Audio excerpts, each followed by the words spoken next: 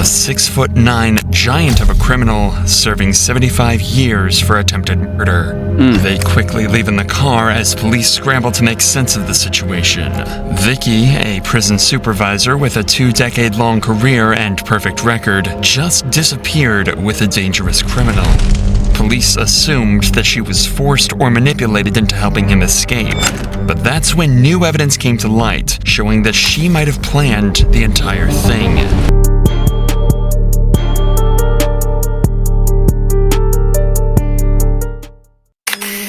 It's the 29th of April, 2022. CCTV records prison supervisor Vicky enter through a back door.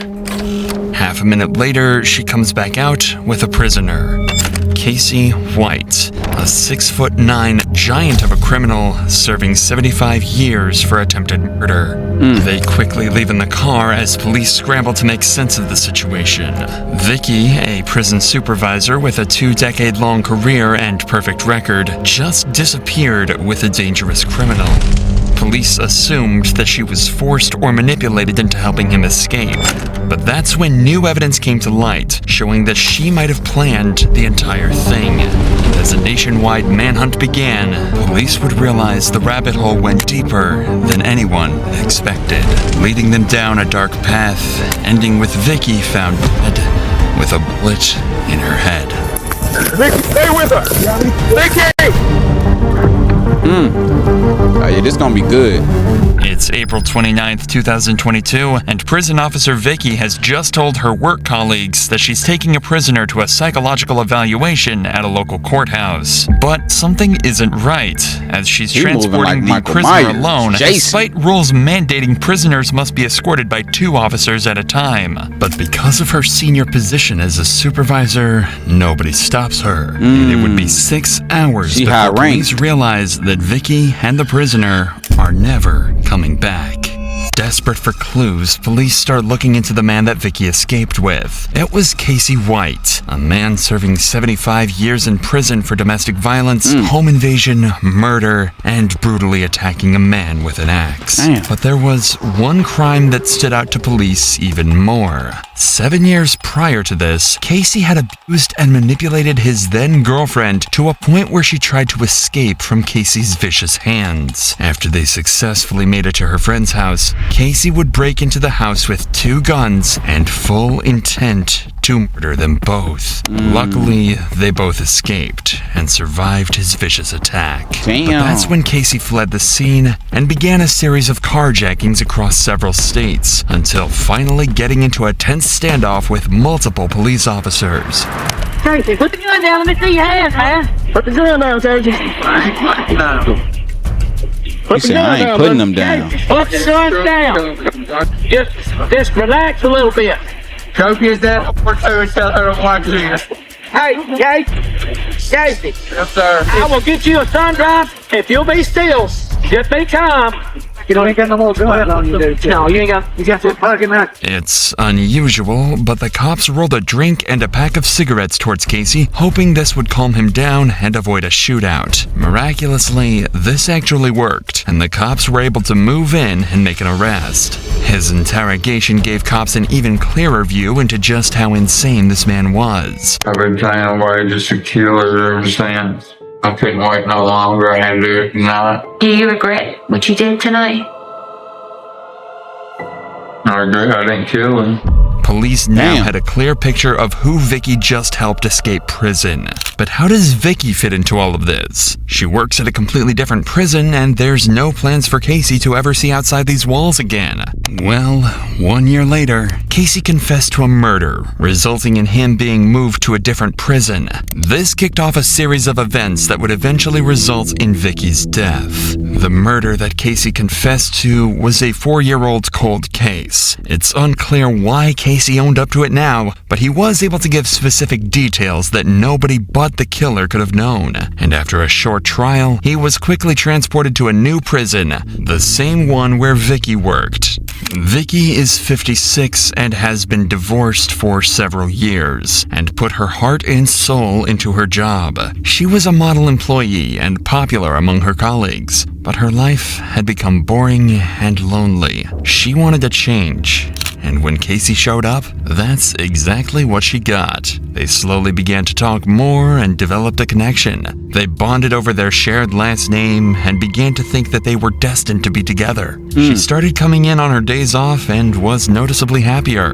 Despite having a great life on paper, Vicky had become enchanted by her feelings for Casey and was ready to throw it all away to be with a dangerous criminal. Over But love. how can this happen? And desperateness. Well, it turns out it's not as rare as you might think. Some people are attracted to dangerous people. They know they could kill them at any moment, but feel special knowing that they choose not to. On top of that, Vicky had started to feel trapped in her day-to-day life and as though she had nothing to live for. If she could make a break with Casey, it'd at least be exciting, even if it did mean throwing everything away. While Casey was serving at Lauderdale, Vicky allowed him unrestricted access to parts of jail that prisoners aren't normally allowed to see, including areas that aren't covered by security cameras. Many speculate this is where the pair were intimate with each other and formed their plan to escape. Even at this point, Vicky still had no idea that this would turn out to be the worst mistake of her entire life. 3 days before their escape, they decided to do a test run after Vicky told her colleagues that Casey had an appointment with a judge at the courthouse. Of course, there was no appointment, and they just sat in her patrol car for 9 minutes before returning. But now they know this works, and they're ready to make preparations for the real thing.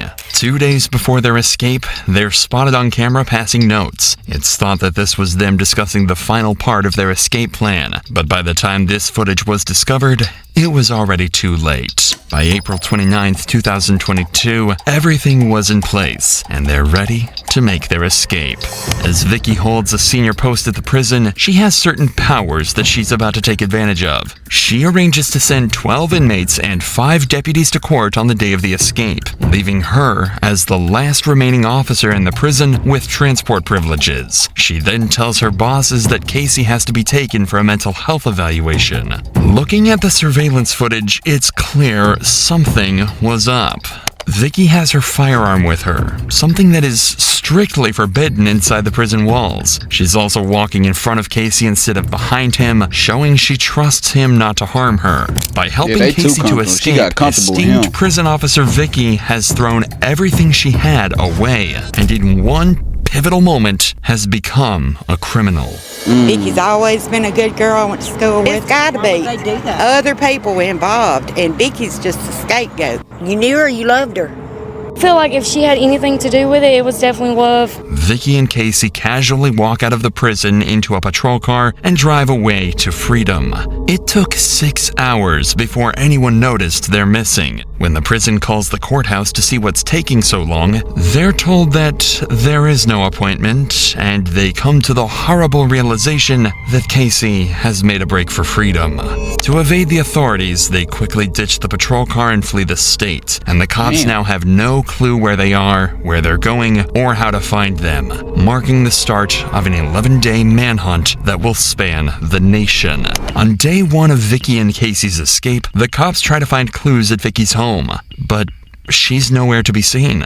In fact, she doesn't even own the house anymore. As part of her plan, she sold her house for extremely cheap. With the money, she bought vehicles, guns, and most suspiciously, men's clothing. This is the first indication the cops have that Vicky doesn't intend on coming back and is ready to start a new life with Casey. Ready to start a Things war, don't too. get any better for detectives when the patrol vehicle they used to escape is found abandoned at a local shopping mall. And even worse, there's no surveillance footage covering that area of the parking lot, so they don't even know which direction they went. But on day 2 of the manhunt, a tip-off from her family blows this case wide open, as it's revealed Vicky has been renting a storage unit. Police are able to locate the storage unit and discover that she was renting it with a burner phone. But despite their best effort to track this new number, the cops came up with nothing. But the existence of this new phone is the first solid evidence that cops have showing Vicky planned this all along and was actually a willing participant instead of a hostage. Did you get the sense they were actually going to discover he was not forcing her in any way? Right, no, he was not forcing her. It was a mutual relationship. You'd think that this would help the investigation, but things love right only there. get more insane and confusing from here on out. After realizing that they're essentially back to square one, the cops return to the shopping mall where they found the abandoned patrol car and decide to comb through all of the surveillance footage from the days leading up to the event. That's when they spot Vicky a few days before the escape, parking a car in a nearby parking lot. And this isn't her usual car either. It's one she bought only a couple days earlier, a 2007 Ford Edge that the cops quickly realized had to be their getaway vehicle. But when police went back to the parking lot and the supposed getaway vehicle was still there, they realized that Vicky had left a decoy. Police had just lost their only clue, while giving Vicky and Casey a 5-day head start. But since they abandoned the Ford, the cops assumed that they have to have found another vehicle in the area, and lo and behold, they quickly picked up another lead. I want to say she's a smart. homeowner nearby told them he sold his Ford F-150 pickup truck to a man who approached his house on the day Vicky and Casey went missing. That man is described as being around 6 feet 9 inches tall and looked exactly like the picture he was shown. Now all they have to do is find that Ford F-150 and bring this manhunt to an end. And thanks to another lead, they're closing in. On day 6, the owner of a car wash in Indiana noticed something strange. A Ford F-150 had been parked in one of the cleaning bays for an unusual amount of time, and he suspects this vehicle has been abandoned. Unfortunately, this is before a search was initiated for the truck, but something's still not right. This pickup truck is far too nice to have been dumped by anyone sane, and the owner quickly grew suspicious. In order to find out, he checks out the car wash surveillance footage, and what he finds will help the cops finally capture their 2 fugitives. That's Casey getting out of the pickup, and he's acting very strangely. He's waiting for Vicky, and she's in that car driving just out of shot. When Casey gets in the new vehicle, leaving their pickup and driving off, the owner knows they're up to no good and calls 911. There's a truck been sitting in my bay since yesterday at 3 o'clock. I looked at my cameras and the guy's kind of suspicious. It's a Ford F-150 4-door truck. It's blue in color. It's got Tennessee license plates on it. And I've got him on camera. The next day, cops arrive at the car wash and initiate a search of the truck. Does it return to a Dodge? Yep. Yeah, that's fine now.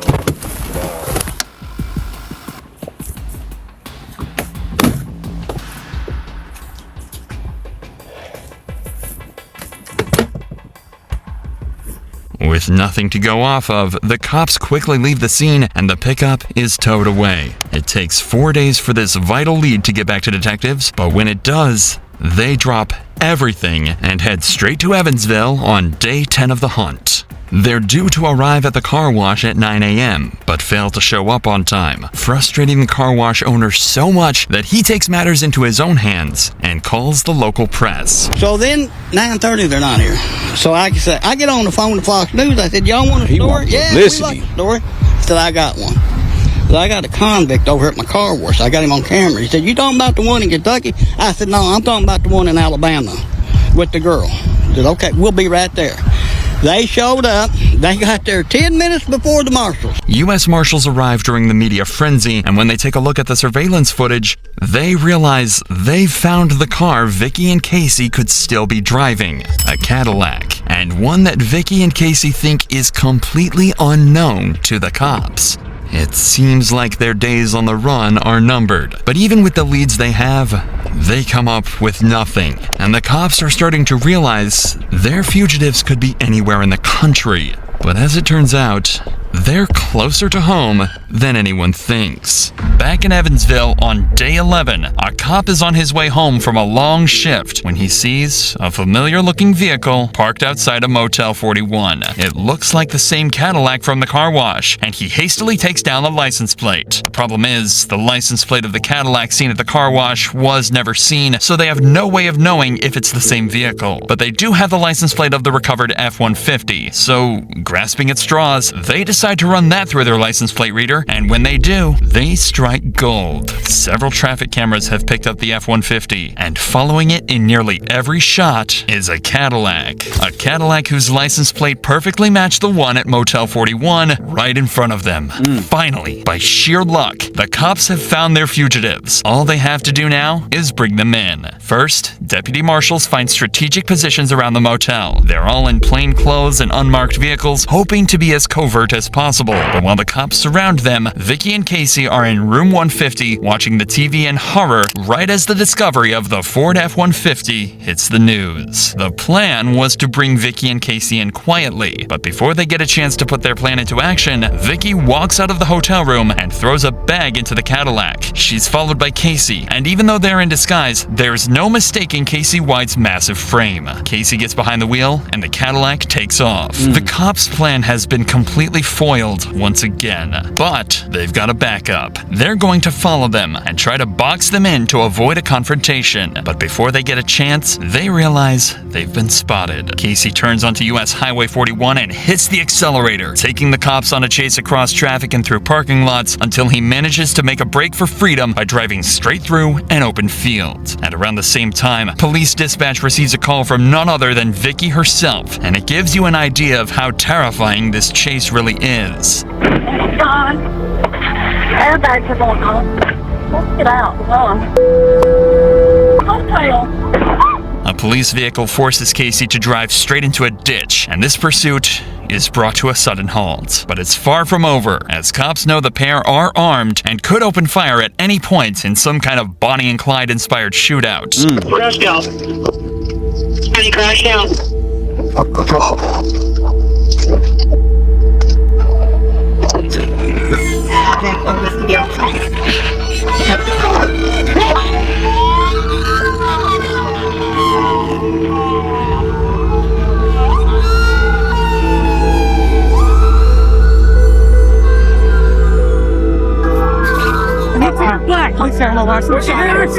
Where's he at? Please, check him out. It's my wife. Check him out. Please, my wife. That's a best woman in the world right there. Please, that's the best woman in the world. Vicky, I'm so sorry, baby. I'm so sorry, baby. Anybody in this world don't deserve it. She don't. When she herself, it hit me. But y'all ain't gonna believe me. I'm gonna say I killed her. Just like y'all say I killed everybody else. Finally, after 11 days, the manhunt has come to an end, and they've got Casey unharmed in handcuffs. But Vicky met a much more devastating end. Just 2 weeks ago, she was an upstanding member of society, an esteemed prison officer respected by those around her. Now, she's a fugitive, laying in a criminal's stolen car, conscious, but with devastating injuries.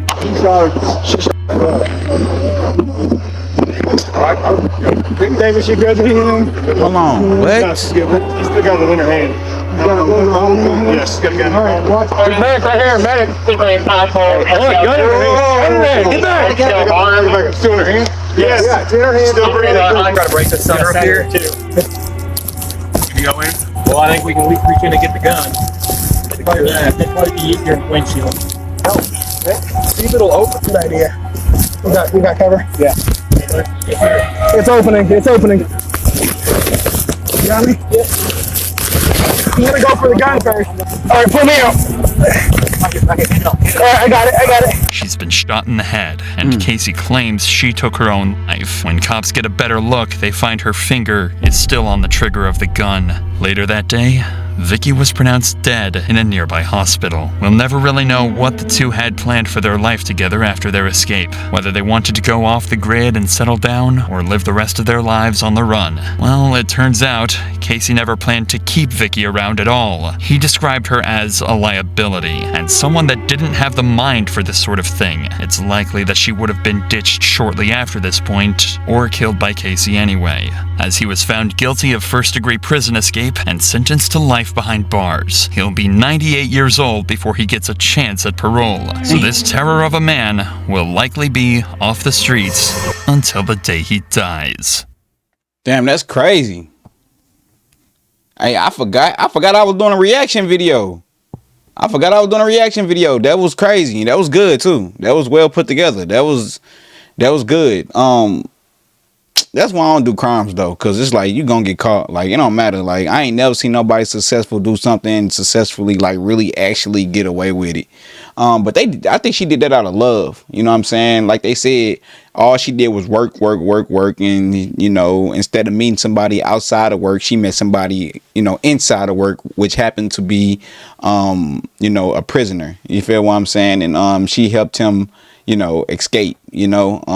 They was in love, you know, some Bonnie and Clyde. It wasn't no Bonnie and Clyde type shit, but you know what I'm saying. But yeah, man, that was good, man. I ain't gonna fake it. I forgot I was doing a reaction video, man. I'm glad y'all still with me. Yeah. So damn. Yeah, that's crazy work, man. Yeah. Make sure y'all like, comment, subscribe, hit that notification bell so y'all can know when I'm posting, man. It's your boy Montana. I'm out, man. Yeah, that was good. I forgot I was doing a reaction video. I thought I was watching a movie or something. That felt like a movie.